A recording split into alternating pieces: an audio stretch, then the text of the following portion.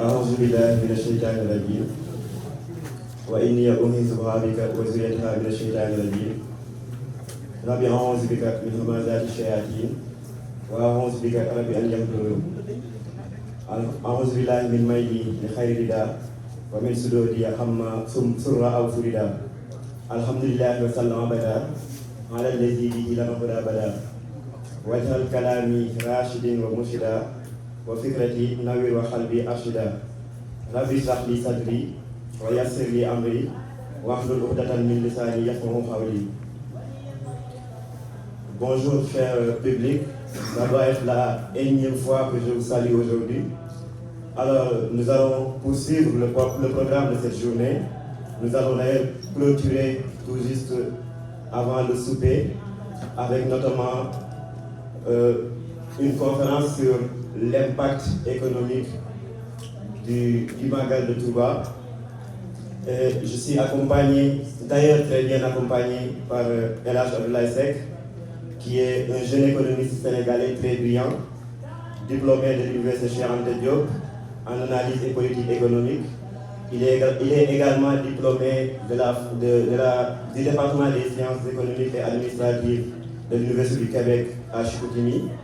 Il est actuellement économiste et chercheur à l'École nationale d'administration publique du Québec et parallèlement économiste et chercheur à l'Université du Queen's en Ontario. Donc je suis très choyé aujourd'hui et très honoré de pouvoir partager cette table avec lui. Alors, je ne saurais entrer dans le vif du sujet sans rappeler ce qui nous réunit ici aujourd'hui, à savoir le Grand Magal de Touba, qui marque le départ en exil en 1895 du fondateur du mouridisme, Cheikh Ahmadou Bamba, au Gabon, où il restera pendant 7 ans. Cheikh Ahmadou Bamba est un homme multidimensionnel à l'œuvre encyclopédique et dans son statut d'homme de Dieu, il est doublé d'un scientifique, d'un épistémologue, d'un dialecticien, d'un administrateur avec un sens civique très élevé, mais également d'un savant mystique dans tous les domaines de la science islamique, que ce soit la science religieuse, la science coranique, l'histoire des prophètes, mais également la sagesse. Il est également savant de la linguistique arabe dans toutes ses composantes, que ce soit la dialectologie, l'épistémologie, autant pour moi la dialectologie, l'étymologie, la lexicologie, la phonologie, la sémantique, la stylistique, et j'en passe. Et Cheikh Ahmadou Bamba, Khadim Rasoul, qui veut dire serviteur du prophète, avait une mission d'éducateur spirituel, mais également une mission de salvateur et d'intercesseur ici-bas et dans l'au-delà. Et comme je l'ai dit au début, c'est un scientifique et il est accrédité d'une production scientifique très, très abondante avec des manuels et des ouvrages de toutes sortes dans des domaines comme le droit islamique, la théologie et même dans des domaines comme la grammaire. À la fin du 19e siècle, Cheikh Ahmadou Bamba a reçu la mission de réhabilitation de l'islam, non par les armes, mais par une action sur les consciences, notamment avec le pacte de Darou Khoudoss qu'il scella avec le Seigneur, un pacte qui devait se traduire par une série d'épreuves, de difficultés, de peines et de souffrances de toutes sortes. Et la contrepartie de ces épreuves, de ces souffrances, de ces difficultés, c'était la satisfaction de ses ambitions en termes de grade, mais aussi en termes de station spirituelle. Alors, le chef était à Touba et les épreuves inhérentes à son destin ne sauraient l'atteindre tant qu'il était à Touba, parce que Touba était sous la protection de la toute-puissance divine. C'est alors que le chef quitta Touba pour se rendre dans le Jolof, notamment à Mbacké Bari, et c'est non loin de Mbacké Bari, à Djéwel, que le chef rencontra les adversaires qu'Allah lui désignant, à savoir l'autorité coloniale française de l'époque. Et le 18 Safar 1313 de l'Hégire, qui correspond au 10 août 1895, le chef fut arrêté par un détachement de l'armée coloniale française et après un procès inéquitable et un jugement sans appel à la gouvernance de Saint-Louis, le conseil privé décida à l'unanimité qu'il avait lieu d'exiler le chef au Gabon et jusqu'à ce que, disait-il, l'agitation qui était créée par son enseignement soit oubliée au Sénégal. Et c'est cette journée du 18 Safar que le chef a choisi comme jour d'action de grâce, mais aussi de fête. Parce que durant son séjour au Gabon et durant son séjour en Mauritanie aussi de 1903 à 1905, et durant les 5 années où il était à Thiéyène dans le Jolof en résidence surveillée, le chef subissait des épreuves de plus en plus vivaces à chaque fois que l'anniversaire du pacte de Darou Khoudoss se présentait. Et ce n'est qu'en 1921, alors que le chef attendait toujours les mêmes épreuves, avec la même ferme résolution et intention de les endurer, que le Seigneur lui fit parvenir son ordre, lui fit savoir que la mission était terminée, qu'il avait obtenu ce à quoi il aspirait et que maintenant c'était le moment de la rétribution. Et à son niveau, au niveau du chef, les dons prodigieux que le Seigneur lui accorda interpellèrent à son niveau une action de grâce. C'est ainsi qu'il invita les disciples, mais pas seulement ses disciples, qu'il invita le monde entier. C'est ainsi qu'il invita chacun selon ses moyens, de la poule au chameau, de se joindre à lui dans cette action de grâce. Donc c'est ce qui nous réunit ici aujourd'hui, une action de grâce, mais une action d'adoration d'Allah, parce que l'action de grâce, c'est une adoration d'Allah qui est de plus en plus négligée. Le Seigneur le dit, Khalilun min hibadiya shakur. Peu de mes serviteurs sont reconnaissants. Pourtant, il dit autre part, voilà in shakartum la azidannakum. Soyez reconnaissants et je vous donnerai davantage. Donc la reconnaissance envers le Seigneur est quelque chose de très très important et c'est ce qui nous réunit ici aujourd'hui à l'occasion du Grand Magal de Touba. Mais aujourd'hui nous allons discuter de la dimension économique du Magal et c'est un sujet qui n'a pas été choisi au hasard. Le sujet a été choisi dans un contexte où des Sénégalais, des mourides de surpoids, pensent que le Magal est synonyme de gaspillage eu égard à la quantité de biens et services qui sont consommés. C'est sans nul doute une compréhension limitée de l'économie, de la consommation. Et je vais en profiter pour définir l'économie de façon très, très basique, sans entrer dans les détails techniques, sans entrer aussi dans les controverses des courants de la pensée économique. Alors l'économie c'est un concept qui vient de mots grecs, oikos qui signifie maison et nomos qui signifie ordre ou norme. Et le premier à avoir utilisé ce terme c'était Aristote, pour qui l'économie serait la science de l'organisation de la maison. Donc tout ce qui était inhérent à la bonne marche de la maison, la façon dont il faut chercher des ressources, la façon dont il faut dépenser, consommer, c'était considéré comme Aristote comme étant de l'économie. Mais c'est un terme qui a beaucoup évolué pour, à un moment donné, désigner la science qui étudie la façon dont les individus qui vivent en société affectent leurs ressources limitées à la production de biens.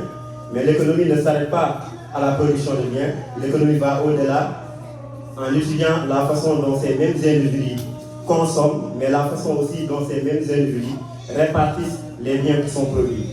Et on voit dans cette définition que la consommation et son étude sont des parties intégrantes de l'économie. Et la consommation au niveau du Grand Magal de Touba revêt d'une importance capitale pour l'économie sénégalaise. Je pense que SEC va y revenir parce qu'il y a une étude réalisée par l'Université Alioune Diop de Bambey en 2017. Et selon cette étude, le Magal, c'est 250 milliards qui sont ingérés dans l'économie sénégalaise.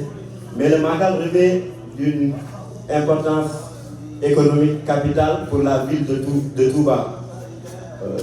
Non seulement parce que c'est Touba qui abrite le Magal, mais Touba a une structure économique particulière. Que ce soit au Sénégal ou en Afrique, Touba a une structure économique particulière. Et cette structure économique particulière est dans une certaine mesure favorisée par la vision économique du mouridisme. Parce que Touba, c'est une ville très très peuplée. Et Touba doit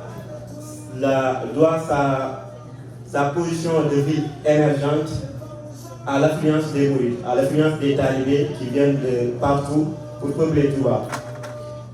Et Touba, aujourd'hui, porte la région de Diourbel, parce qu'il y a l'ANSD qui dit aussi que si aujourd'hui...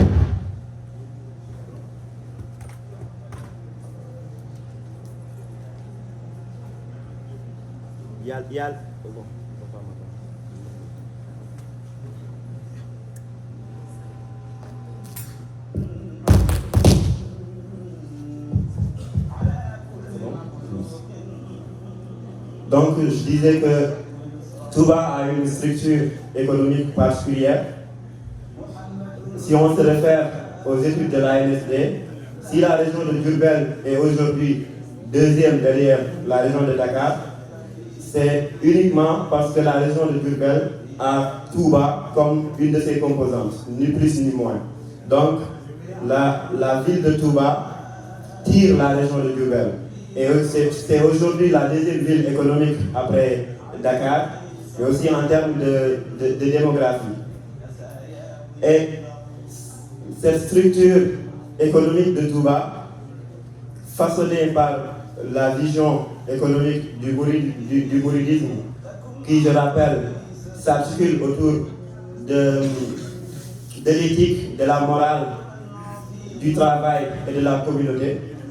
Et là, je pense que je vais m'attarder un peu parce que on fait souvent l'erreur de limiter la vision économique mouride ou bien de voir la vision économique mouride selon des approches traditionnelles modernes qui n'intègrent pas les dimensions sociales et les dimensions éthiques. Parce qu'aujourd'hui, c'est les dimensions morales autant pour moi et les dimensions éthiques.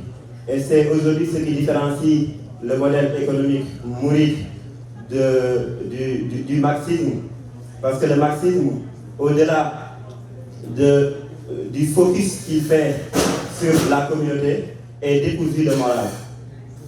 Et aujourd'hui, si on prend le travail qui est une composante fondamentale de la vision économique du mouride, chez les classiques comme Adam Smith, le travail est la valeur essentielle sur laquelle repose la valeur des biens selon Smith. c'est l'élément essentiel sur lequel repose la valeur des biens. Et pour les mourides, le travail est tout aussi important que chez les classiques.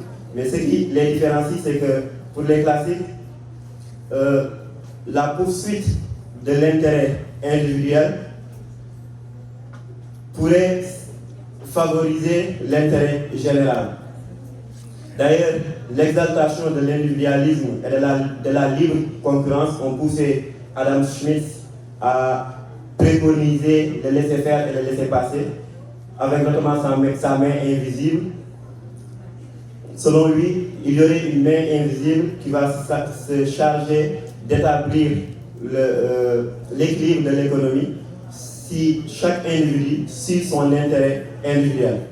Alors que dans la vision économique du mouridisme, l'intérêt suivi, c'est plutôt l'intérêt de la communauté. Donc ça interpelle les économistes mourides, notamment dans le fait de vouloir placer le modèle économique mouride dans l'histoire de la pensée économique. Et aujourd'hui, ce modèle a beaucoup façonné la structure économique de Touba, parce que ce modèle se base sur des principes. Et l'un des premiers principes, c'est l'autonomie financière. Et ce principe d'autonomie financière fait que, à Touba, la plupart des mourides sont des entrepreneurs. Et quand on a une ville avec beaucoup d'entrepreneurs, le Magal est une occasion pour ces entrepreneurs de doubler, voire tripler leur chiffre d'affaires. Parce que le Magal induit une consommation au niveau national, et cette consommation stimule la demande effective, qui est la demande anticipée des entrepreneurs.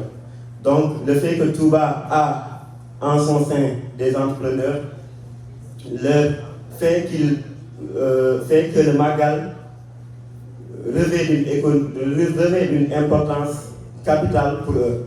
Mais l'un des principes de ce modèle, toujours, c'est le partage communautaire qui se manifeste notamment par ce qu'on appelle le crowdfunding, et qui peut être traduit comme le financement participatif. Et ce qui est décevant à ce niveau, c'est que le crowdfunding a été attribué au Canada. Je n'ai rien contre les Canadiens qui sont ici. Mais pour les économistes, le crowdfunding, c'est-à-dire le financement participatif, a été créé. Le financement participatif, et on la doit au Canada depuis 1992. Alors que la grande mosquée de Touba a été construite aujourd'hui sur la base du crowdfunding. Donc, je pense qu'à un moment donné, il faudrait que les économistes mourides fassent prévaloir cette théorie sur le crowdfunding, quitte à déconstruire la théorie de 1992. Et un des autres principes, c'est la khidma qui revêt aussi d'une importance capitale chez les mourides, parce que cette khidma, c'est le travail, mais au service de la communauté. Parce que Touba, le cheikh dit Touba li khabdin mouridin salihin lahumo Touba li khabdin mouridin salihin lahumo bi khidmatin aw bi hubbin aw hadiyat. Bonheur aux serviteurs, disciples sincères qui s'attachent à eux, c'est-à-dire les guides, par les services rendus, par l'amour, par des présents dons, et par des présents dont il les comble. Et un autre principe important, c'est l'étude du travail licite que le cheikh appelle le kasbul halal. Parce que chez le mouride, le travail, au-delà de l'aspect pécunier, le travail est considéré comme une occasion d'avoir le salut, mais aussi la protection divine. C'est ce qui fait que tous les richesses inhérentes au travail, le mouride n'hésite pas à les reverser à la communauté. Et pour finir, un des autres concepts ou un des autres principes, c'est la réconciliation de l'éthique et de l'économie. Chez le Mouride, l'économie ne se justifie que par son utilité pour la communauté. Donc c'était un bref rappel historique sur ce qui nous réunit ici, c'est-à-dire ce qui justifie aujourd'hui le Magal de Touba, mais aussi un bref survol de l'importance de la consommation, mais aussi du modèle économique mouride et aussi de la structure économique de Touba. Mais on vous réserve le meilleur pour la fin avec El Hadj Abdoulaye Seck qui va évaluer l'impact économique du Magal dans l'économie sénégalaise et aussi dans la ville de Touba en particulier.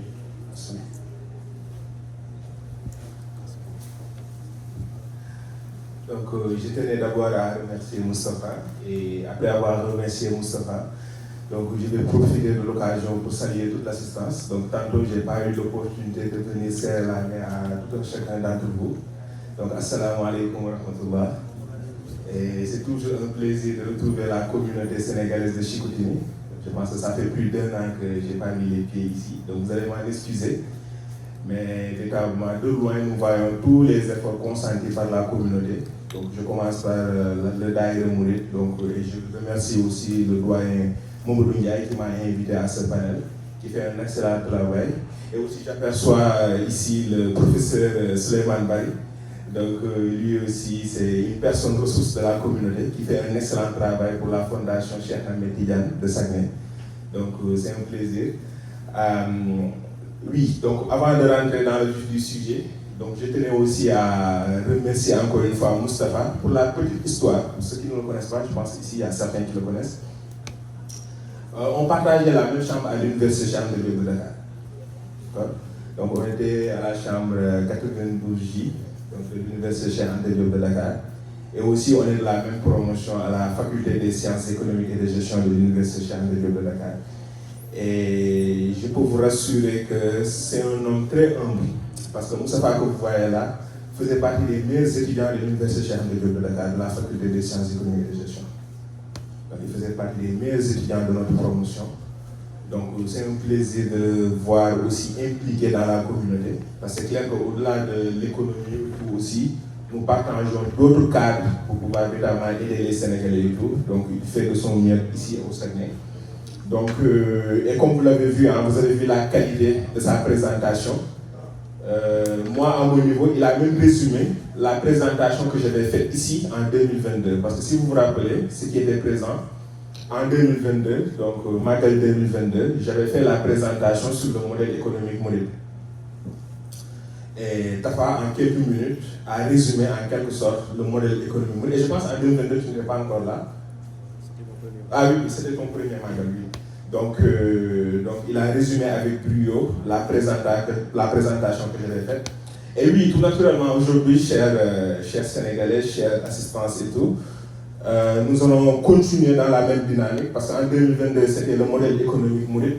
Aujourd'hui, le sujet, c'est l'impact économique du Magal de Touba dans l'économie du Sénégal. Donc, c'est un sujet très important pour le Sénégal, pour l'Afrique et pour le monde entier. Parce que vous voyez que ces dernières années, donc les chercheurs, les économistes, les scientifiques sont à la recherche de modèles inspirants pour pouvoir changer en quelque sorte de paradigme. Nous allons y revenir, le changement de paradigme au cours de notre allocution.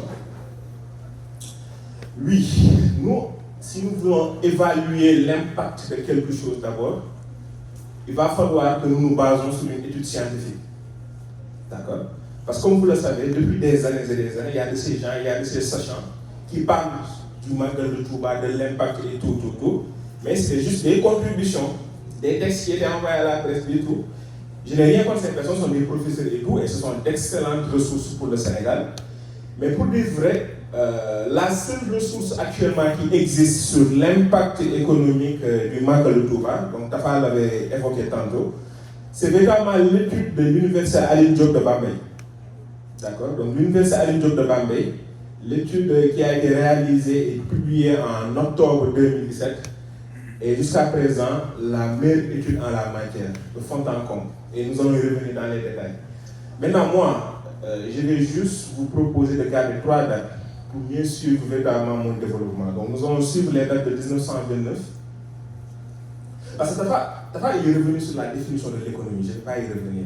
C'est un académicien, il aime l'économie et tout. Donc il est revenu sur la définition de l'économie, les courants de pensée, les écoles et tout. Je ne vais pas y revenir.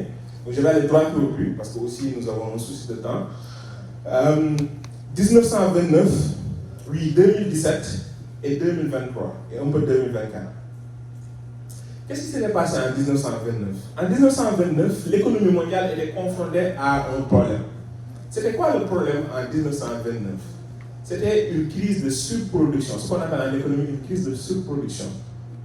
Pourquoi il y avait une crise de surproduction en 1929? C'est que les économistes classiques, et plus particulièrement l'économiste qui s'appelait Jean-Baptiste Say, avec la loi de Say, donc il avait sorti une théorie. Et c'est sur la base de cette théorie que l'économie classique occidentale fonctionnait. Et que disait cette théorie? Cette théorie disait que l'offre crée sa propre demande. Donc les entreprises, après avoir créé des marchandises, des biens et services, ils n'ont plus besoin de se soucier de la demande des gens et tout. Automatiquement, si tu crées un produit X, les gens vont l'acheter. Donc l'économie occidentale a embarqué sur la base de cette thèse. Et arrivé en 1929, il y a eu une surproduction de masse dans les économies occidentales. Donc l'offre ne trouvait plus de demandeurs. Et là, c'était un problème. Et à partir de ce moment, jaillit un économiste. Parce que l'économie, c'est ça, c'est la confrontation des idées quand il y a un problème. Et en 1929, jaillit le grand économiste que vous entendez des fois, qui s'appelle John Maynard Keynes. Keynes intervient en 1929-1930 pour dire que oui, c'était prévisible parce que l'offre en réalité ne peut pas créer la propre demande. Et il dit, tu proposes quoi, la version alternative? Il dit en réalité, c'est la demande qui conditionne l'offre, c'est l'inverse. C'est la demande qui conditionne l'offre et pas n'importe quelle demande. Pas n'importe quelle demande, c'est très important. C'est quelle demande qui conditionne l'offre selon John Maynard Keynes? John Maynard Keynes, il nous dit en réalité, la demande qui va permettre aux entreprises de pouvoir écouler leurs produits sans avoir de crise, de problèmes de surproduction, c'est en réalité même la demande effective. Et c'est quoi la demande effective? Et c'est ce lien-là qui va nous permettre de migrer vers la situation du Magal de Touba. Qu'est-ce que c'est que la demande effective? La demande effective, en réalité, nous nous positionnons du côté de l'entrepreneur, du producteur, de l'entreprise. C'est la demande anticipée en biens et services. C'est la demande qu'anticipent ces entreprises-là en biens et services. Les ventes futures anticipées par l'entreprise avant véritablement de lancer la machine de la production. Et là, vous allez convenir avec moi que toute entreprise, justement, qui fait une étude, qui anticipe ses ventes futures, justement, ne va pas produire ni plus ni moins, elle va écouler sa production, il n'y aura pas de problème de surproduction. Et là, à partir de cette thèse, véritablement, John Maynard Keynes, le Britannique, a su sauver l'économie occidentale à cette époque.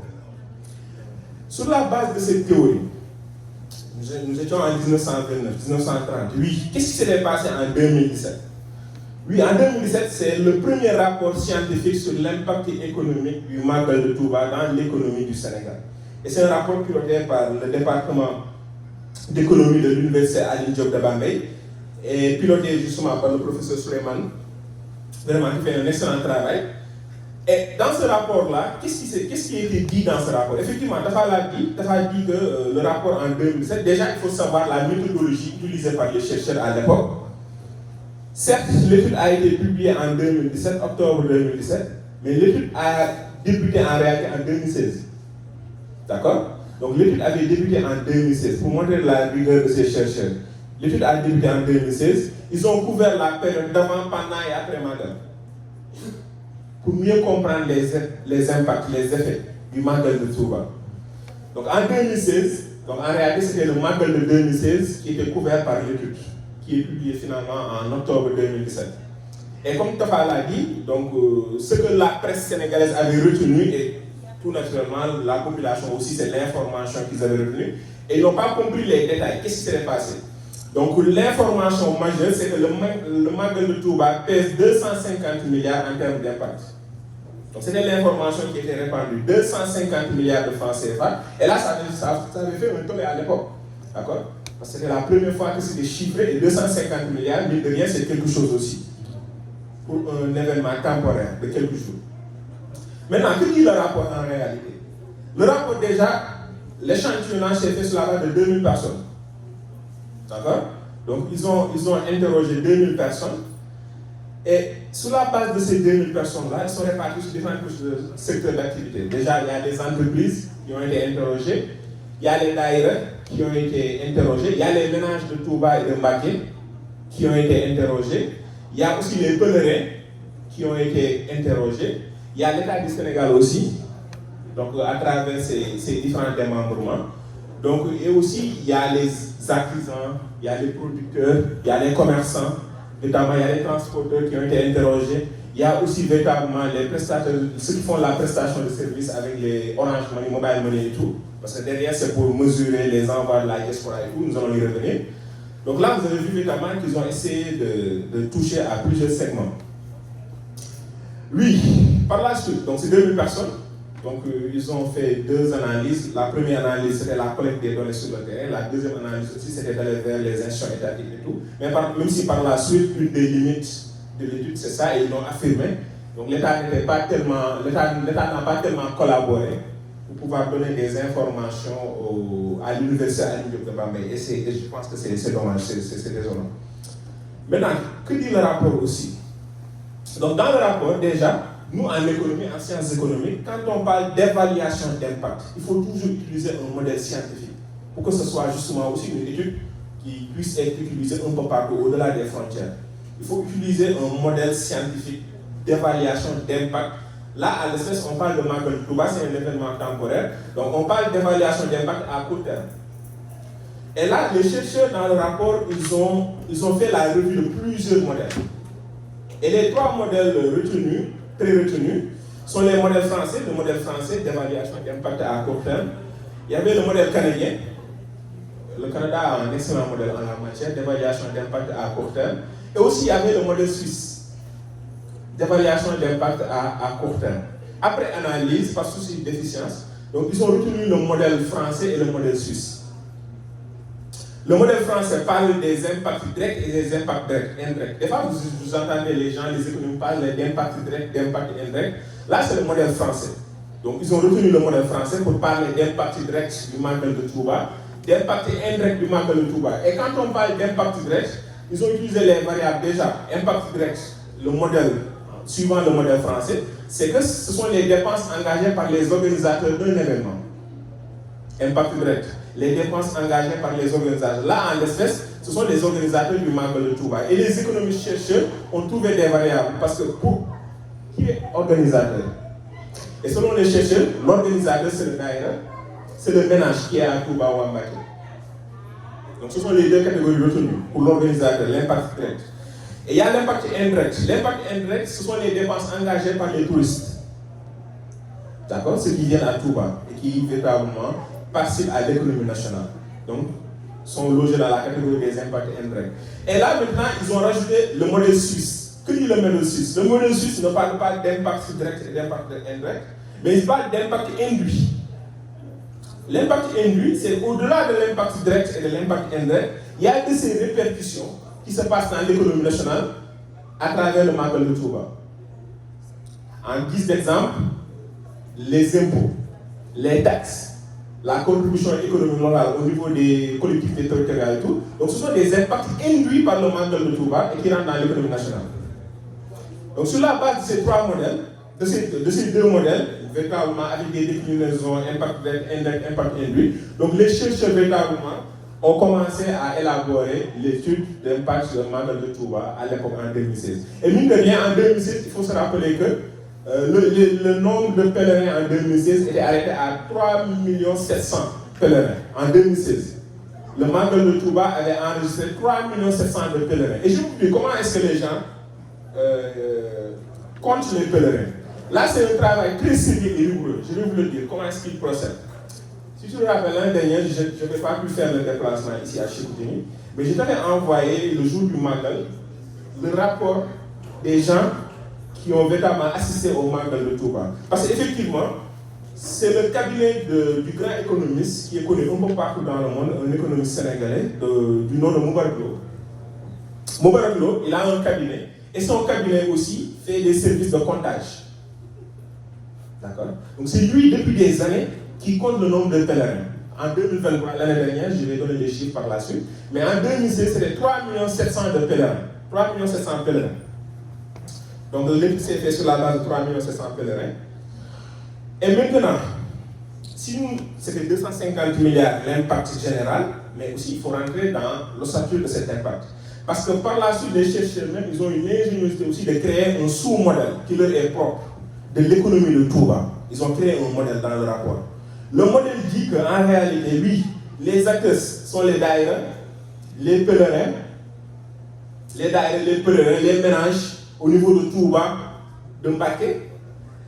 Et ces trois acteurs-là, si vous regardez le graphique qui a été conçu, impactent l'économie locale, qui va impacter la demande intérieure des entreprises. C'est ce que Tafa disait tantôt, la consommation en économie. Là, le rapport parle de demande intérieure et de demande extérieure. La demande intérieure est faite sur la base justement de la demande des daïras, de la demande des ménages, mais aussi de la demande des pèlerins, qui sont adressés aux entreprises. Et toujours, rappelez-vous de la demande effective de John Maynard Keynes, qui disait que justement, les entreprises ont ce comportement rationnel car ils anticipent ces commandes de la part de leurs clients. Il y a un quatrième acteur, c'est la diaspora.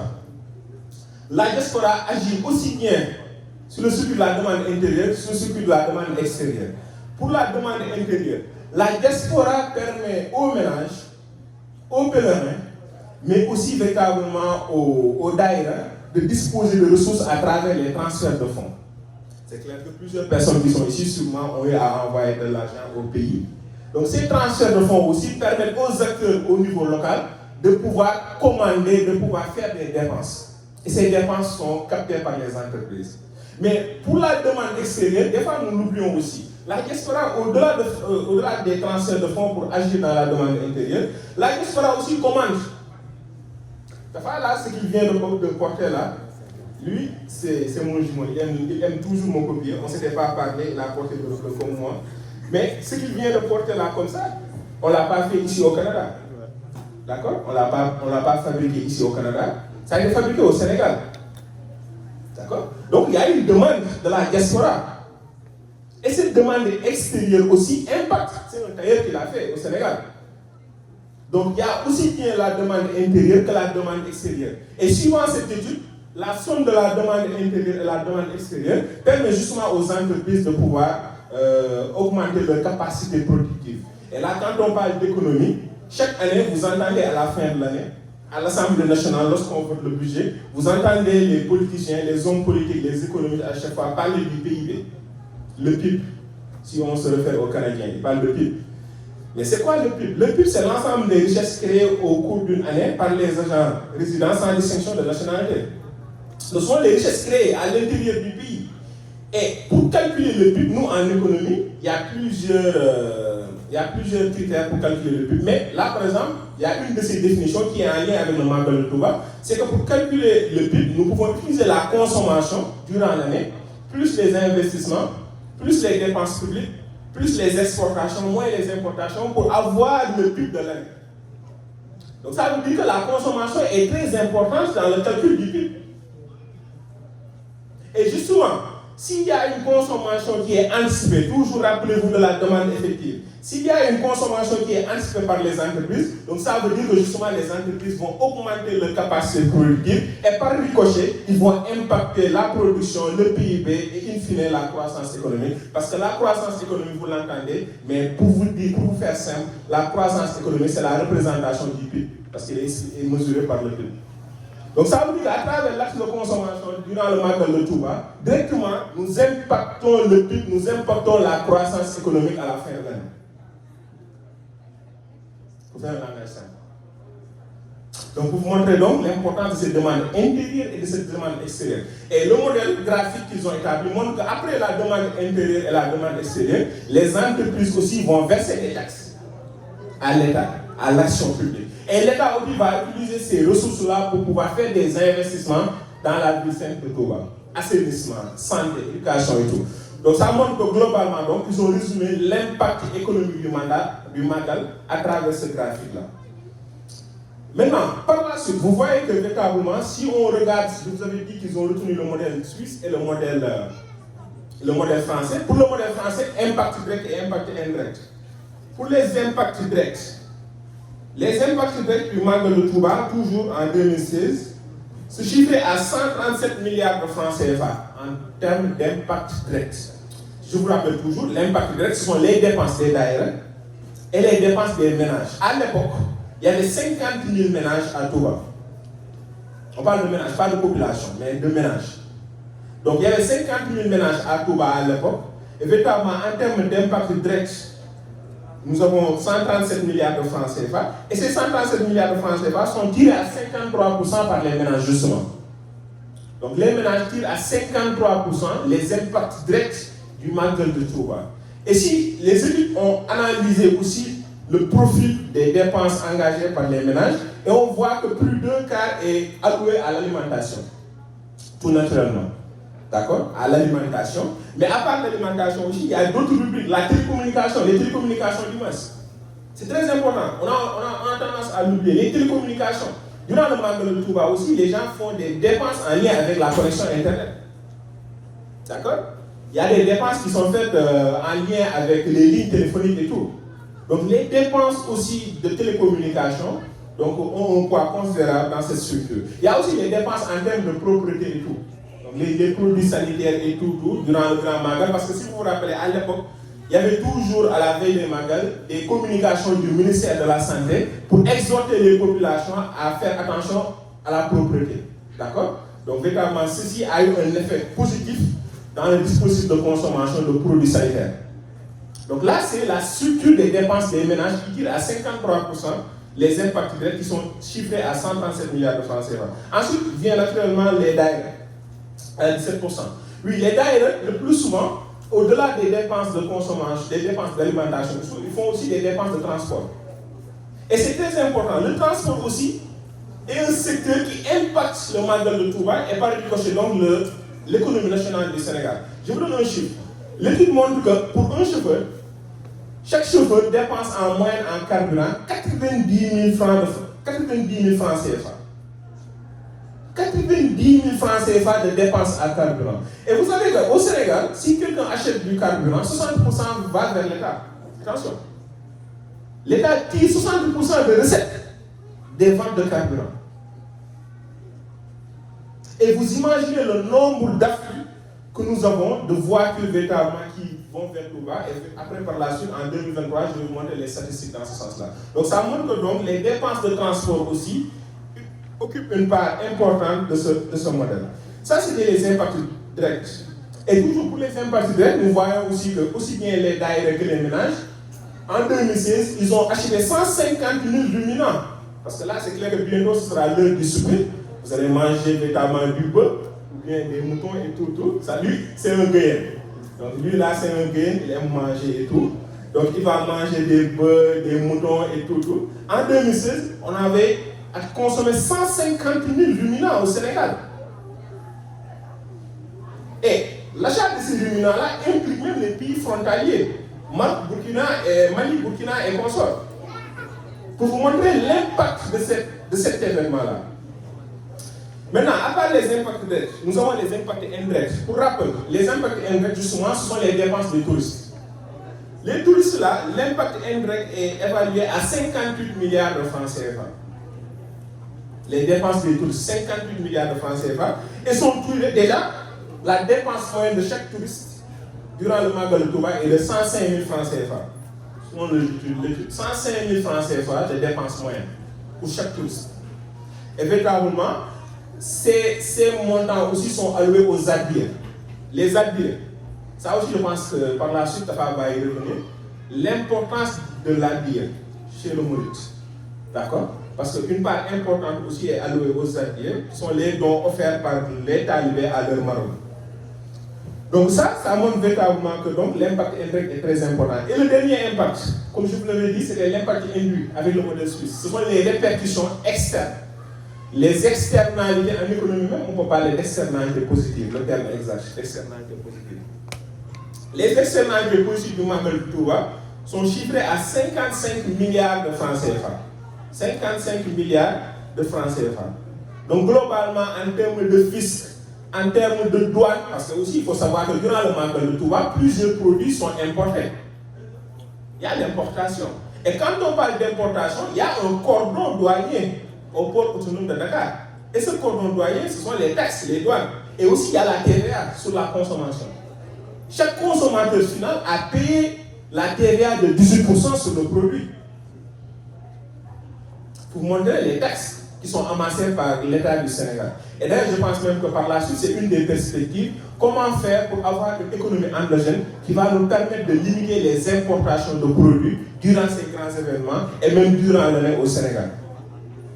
Donc ça, véritablement, ce sont les impacts économiques du Magal, donc qui ont été élaborés par l'Université Alioune Diop de Bambey, qui ont fait un travail d'une année, de 2016 à 2017, pour pouvoir produire ce document. Et la dernière information que j'ai eue la semaine dernière, c'est que 2017 à 2024, ça fait 7 ans. Là, la dernière information qui est communiquée est qu'ils sont en train de réactualiser l'étude. D'accord? Donc, ils sont en train de réactualiser l'étude 7 ans après pour pouvoir produire un autre rapport de cette dimension. Maintenant, je vous avais donné la date de 2017. Nous sommes venus maintenant à 2023. Oui, en 2023, qu'est-ce qui s'est passé? C'est que depuis 2017, donc, il n'y a pas eu d'étude scientifique pour pouvoir chiffrer le Magal de Touba. Mais au moins, en 2023, nous avons eu aussi les données de Moubarak Lo et de son cabinet. En 2023, là, le rapport que je viens de terminer parlait de 3 700 000 pèlerins en 2016. Mais en 2023, nous avons eu 5 800 000 pèlerins à Touba. Nous avons eu 5 800 000 pèlerins. C'est un rapport scientifique de Moubarak Lo qui compte à travers les différents points d'arrivée à Touba. Nous avons eu 5 800 000 pour 4 jours. Pour 4 jours, nous avons eu 5 800 000 de pèlerins. Donc ça veut dire qu'il y a eu une évolution de 2 millions de pèlerins de 2016 à 2024. Ce qui montre l'importance véritablement de cet événement. Et comme vous le savez, dans les grandes nations qui sont développées, il y a toujours de grands moments de consommation. C'est très important pour l'économie nationale de respirer durant les grands événements de consommation. Et là, nous avons 5 800 000 pèlerins qui sont là. Et là, ça va me permettre justement d'embarquer sur un sujet justement, toujours vu que nous sommes sur le modèle économique mouride et l'impact du Magal de Touba. C'est aussi la dimension du tourisme religieux dans l'économie nationale. Le tourisme religieux. L'étude même de 2017 en parlait, mais en filigrane. Et aussi peut-être dans l'étude de 2016, pour le terminer définitivement, moi ma recommandation peut-être sur l'étude, c'est qu'une des limites, au-delà des limites qu'ils ont listées, une des limites c'est qu'à un moment aussi je sentais que il y avait la pensée de John Maynard Keynes à travers les pages sans le citer aussi. Donc ça aussi c'est très important aussi parce que dans ce rapport nous sentons effectivement que la thèse centrale c'est la demande effective dont je parlais en 1929. Parce que c'est la thèse qui colle excellemment avec le Magal de Touba. Donc là aussi véritablement ce sont des matières à amélioration. Mais pour venir au tourisme religieux, le tourisme religieux est très important actuellement dans le monde. Parce que comme vous le savez, actuellement la géopolitique mondiale est dominée par ce qu'on appelle le soft power. C'est la domination souple. La domination souple est moins coûteuse et plus efficace. C'est quoi le soft power? C'est quoi la domination souple? C'est la domination à travers la culture, le sport, la religion. Et là, vous voyez, selon le rapport de l'ONU de 2023, le dernier rapport de l'ONU, parce que l'ONU a un département, Organisation internationale du tourisme, l'OIT, dans son rapport 2023, dit que nous avons eu en 2023 330 millions de pèlerins dans le monde pour des activités religieuses.